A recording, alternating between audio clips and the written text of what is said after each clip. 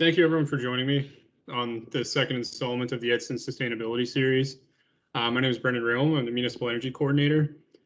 And in these series, we're going to be discussing energy management and sustainability topics that are relevant to the town of Edson, into Alberta and in Canada.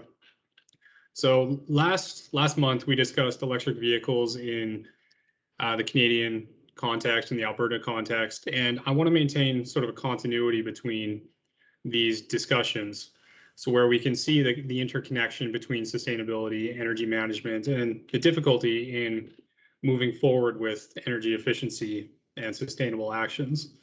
So one piece that we touched on in the last presentation was, what does it look like to charge an electric vehicle on the Alberta grid? So for this discussion, I want to go into Alberta's electrical grid and discuss what the energy sources are, what does the future of the grid look like, and as well as give sort of a high-level overview of how the grid is set up and how it's operated. And the more that I researched this topic, to be honest, the more confused I became about it, because Alberta has a very complex system in how it manages its electrical distribution. So going into it, go over a quick history of the grid and the current state of it, how it's set up, discuss the current electricity sources and where they come from, and do a brief discussion on the future of the grid and where it's going in the next 10 years. So just as a quick overview of the history of where the grid was, the Alberta electrical grid was originally what's called a regulated market, meaning prices were fixed and moderated by oversight by a governing body. There were a small number of producers on the grid, and distribution was handled by a central piece. Prices were regulated to prevent fluctuations in the market. So electricity generators worked on what's called a cost of service model. So they were paid for the electricity on the market based on what their generating cost was, plus a fixed margin to provide some profit to them. Now, this all changed in 1996 with the introduction of the Electric Utilities Act. And what this did was established a deregulated energy market, where the price of electricity was determined on supply and demand. So generators would sell wholesale electricity into what's called a competitive power pool, and then electricity was sold from that pool based on the price that was set by supply and demand. And this is what's called an energy only market, where generators are only paid for electricity that's sold through that competitive power pool. Now, on paper, this deregulation would lead to lower costs for electricity just due to competitive market forces. However, this led to very high energy costs due to fluctuations in the market and the complexity of it all. So in 2001, the provincial government introduced what's called the regulated rate option, which set a maximum cap on the price of electricity in the market to protect consumers from price volatility. And that's somewhat where we still are today. We're in a deregulated market. While deregulated at some levels, we still have the competitive energy only market where price is determined by supply and demand. And we're separated into three levels in the electrical system. So we have generation, transmission and distribution, and the retail side of it. Now, all three of these levels are overseen by the Alberta Electric Services Operator, AESO, the Alberta Utilities Commission, AUC. So in these three levels, generation is fully deregulated and is open to all generators on the market. However, in reality, 5 companies in the province supply about 80% of the electricity that's consumed. So that's ATCO Power, ENMAX, Capital Power Corporation, TransAlta, and TransCanada Corporation. Transmission is a nearly fully regulated piece of the electrical system, and it's owned in sections by TransAlta, AltaLink, ATCO Power, and FortisAlberta, among others. And the AESO is the one governing body that oversees this portion. So that's transmission and distribution. So the retail side of it, where the end users are, is serviced by wholesale power providers, which purchase power from the energy pool and distribute it to the end users. So that's just a very high level overview of how the system is set up. Unfortunately, I'm not an expert on this, and we could spend an hour discussing the intricacies and the complexities of the system. But what I do want to touch on is two important pieces of regulation that are governing massive changes in the grid and how energy is being used in the province. So the first of the two regulations is called Bill 21, and this was passed in December of 2019. And what this did is it removed the regulated rate option that we discussed earlier, so that upper cap on price for electricity in the market. So, and what that did was it immediately introduced more volatility into the electricity market. So with the removal of the regulated rate option, price volatilities and swings of upwards of 27% were seen after that removal. So it caused a lot of uncertainty in the grid. And that is still the case as it is today. And the other regulation is the Renewable Electricity Act. And this was passed in January 2016, which mandated 30% renewable energy on the grid by 2030. And it's important to note that this 30% renewables is 30% by generation. So it's not by capacity. So out of all the kilowatt hours that are on the grid at any time, 30% of them must be by renewable generation. Now, we're going to touch more on this later because it's very important in how the grid is progressing towards the future changes that are coming. So with those in mind, what are the current sources of electricity on the grid? Now, as of 2018, when this graphic was made, 92% of all electricity on the Alberta electrical grid is fossil fuel based. So that's coal and natural gas, and about 8% is renewable.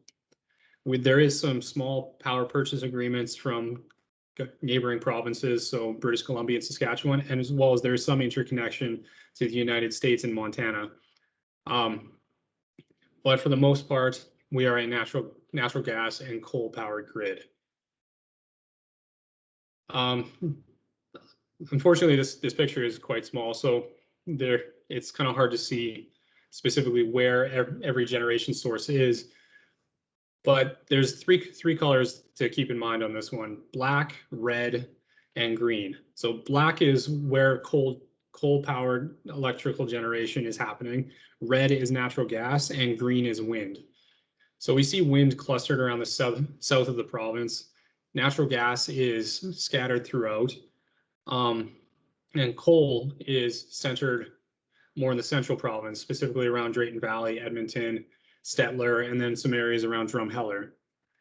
Now, the previous graphic, as well as this one, they're only points in time, showing just a single year of where generation is happening. We need to take into account how the grid has been changing over the past 15 to 20 years. And what we've seen from that is a very large shift away from coal towards more natural gas generation, as well as some increase in wind and renewables, even though they're small changes. So as of October 2020, 27% of all electricity on the grid is coal-fired electricity. 55% is natural gas, and the remainder is made up by imports, other renewables such as hydro and solar, and then 7% of wind is wind. So what I want to focus on for the next little bit here is that change in coal-fired electricity. So from 2006 to 2020, we've seen nearly a 50% drop in coal's share of electricity on the grid, which is very substantial. And if we move the time frame back to the early 2000s, we've seen a nearly 60% decrease in coal's electrical share on the market, from a high of 81% in 2001 to a low of 27% in 2020. Now, this has huge implications for Alberta's greenhouse gas emissions, because this difference, this difference between the 81% and 27% has been picked up by natural gas generation. And natural gas is about 50 to 60% less carbon intensive than coal is in generating electricity. So this raises the further question of why is there the decrease in coal on the grid? Why are we shifting away from it? And it's first and foremost, it's complicated. In a deregulated grid, there's all sorts of market forces pushing generation to move from one type to another. Low natural gas prices have played a part in this because just the cost differences between coal and natural gas give natural gas a competitive edge. However, there's some important pieces of legislation that have come into effect over the last five or so years that, albeit they're very controversial in this province. But they've had a significant effect, and that is carbon pricing. I know that's a swear word in this province, but it's had an amazing effect on transforming the grid away from coal. So for a bit of background, Alberta was one of the first jurisdictions in North America to introduce a carbon pricing scheme, and that has been in place since 2007. And that was underneath what's called the Specific Gas Emitters Regulation. So what this regulation did was it set an emissions baseline for certain facilities. And then these facilities were required to reduce their emissions below that intensity, or else they had to pay a $15 per ton penalty for every ton of carbon above that baseline. So $15 per ton is not a very high charge for carbon. And what this did, it added about $2 per megawatt hour of generation for coal plants. So it's not too much in terms of an added cost, but it was something. And what changed is in 2018, the Specific Gas Emitters Regulation was replaced by the NDP government with the Carbon Competitiveness Incentive Regulation. Now, what this did was it set a new baseline for emissions for electricity generators.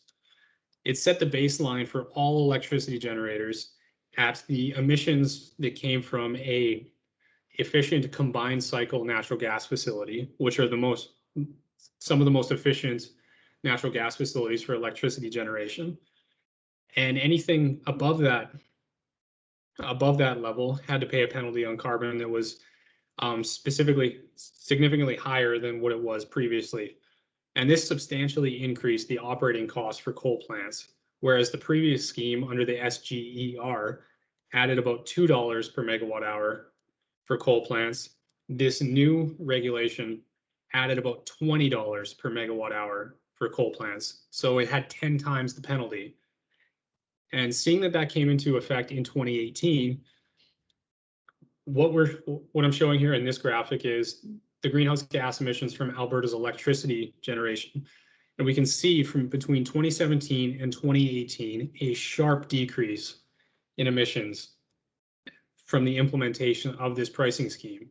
So from 2017 to 2018, there was a 26% reduction in carbon emissions from Alberta's electrical generation. And that coincided with the implementation of this carbon pricing scheme. And the implication on this is very huge, not only for Alberta, but for Canada-wide. Alberta is directly responsible for 60%, so 60% of Canada's greenhouse gas emissions from electricity generation. So seeing a 26% reduction in emissions in 1 year is very substantial. And going back to a previous graphic from a few slides ago, we can see coal's market share substantially dropped between 2017 and 2018 with the implementation of that new carbon pricing scheme, and has continued to decrease ever since. Now, there are some people that estimate specifically the Pembina Institute that due to these market forces and this carbon pricing scheme, Alberta will remove coal from its electricity grid by 2023. Now, those are just estimates, and that remains to be seen. The current carbon pricing system was changed again with the Conservative government coming back into power. That was replaced with the Technology Innovation and Emissions Reduction Regulation, so the tier system. Not a lot of that system changed from the CCIR. It's, for the most part, regulatory wise, it was just a rebranding to a new name. Its current price under the system is about $30 per ton, and this system covers about 60% of provincial emissions, whether that's electricity generation or industrial pieces. And it's still is being quite effective at adding a price to carbon and as well as reducing coal on the grid. So with that covered, what does the future of the grid look like? And where are we going in terms of generation capacity? So we're going to go back to the Renewable Electricity Act. And this is the guiding piece of legislation for the future of Alberta's electricity grid. And as I'd mentioned, it requires 30% renewables on the grid by generation by 2030. And this would seek to eliminate coal from the grid by 2030. Now, the federal government has outlined that Canada will be coal-free by 2030 anyways, but there's two pieces of legislation there, federal and provincial, that are mandating coal to be removed by 2030. So how do we get to those goals by 2030 in the province? So in 2019, in February, the provincial government established some interim goals to hit some milestones on the road to that 30 by 2030. So by 2022, they mandate that 15% of electricity generated on the grid must be renewable, 20% by 2025 and 26% by 2028. As of 2020, I've seen estimates that we are currently at 13%. So it is possible that we will hit the 15% by 2022, but it remains to be seen how it will shape up beyond that time frame. So to hit these targets, they were initially supported by what was called the Renewable Energy Program, which was a series of public tenders to facilitate construction and completion of renewable energy projects in the province. So in 2017 and 2018, 3 rounds of procurement were undertaken, and through all 3 of those rounds, over 1,300 megawatts of renewable energy was secured for construction. And the majority of these projects were wind power, and they came in at record low costs, not only for renewable energy bids, but for all energy types. The levelized cost of energy, so what the energy would cost for a consumer near the end over the lifetime of the project for these renewable projects, came out to about 4 cents per kilowatt hour. And comparing that to a combined cycle natural gas plant, which fluctuates between 5 to 6.5 cents, they came out substantially cheaper in the long run, despite this sort of public perception that renewable energy is more expensive. And these procurement tenders just demonstrated the opposite of that. Unfortunately, the Renewable Energy Program was discontinued in June 2019 by the current government, and they left it up to the market to shift from our current state to renewable energy. I've seen estimates on both sides saying that Alberta won't meet its 30% by 2030 target based on market forces alone. And that's coming from specifically the Pembina Institute, which is an environmental think tank.